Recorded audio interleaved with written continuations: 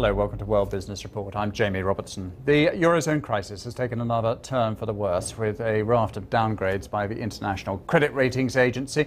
In the past hour, the Fitch agency has downgraded Italy's sovereign credit rating. It says the outlook on its long-term ratings is negative.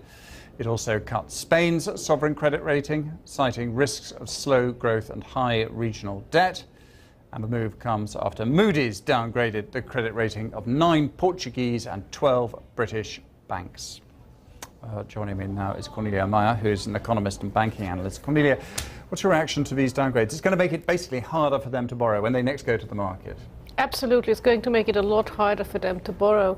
And especially in the case of Italy, Italy is not insolvent. Italy has a reasonably balanced budget. By next year it will have a balanced budget, so it's perfectly able to service its debt. So do you think this is undeserved? I think it's it is creating hype, and don't think it is that deserved. I think they've already been done on a AA-. We should have let them be there for a little while. Well, the problem with Italy, though, is there's no growth. If you don't have growth, you can't actually. It becomes more and more difficult to service your debt, surely. Yes, but if you can't use, if you can't lend, if you can't borrow, and if you can't inject money into the system, it is hard to have growth. So what is first, the chicken or the egg here? Yes. Talking about chickens and eggs, the crisis seems to be spreading from, well, it's gone from banks to sovereigns and then now going back to the banks again. And we have this downgrade of all these Portuguese and these British banks. How serious is that?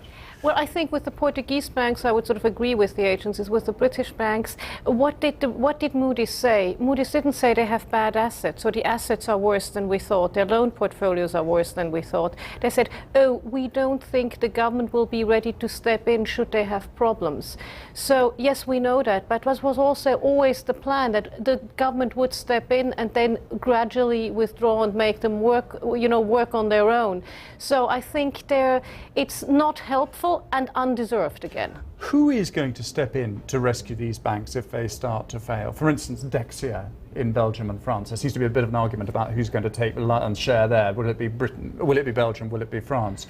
Or will it be a big pot like the EFSF? Or will it be individual nations? Well, I think with Dexia, it's very encouraging to see Belgium and France fighting over who can step in. So that's a good thing. So at least we have people who want to step in. But with a lot of the other banks, who will step in? And that is really a problem, because a lot of the countries just don't have the money anymore to step in. We have shifted a whole load of debt from the banking sector to the sovereigns. We haven't delevered, we've just shifted debt.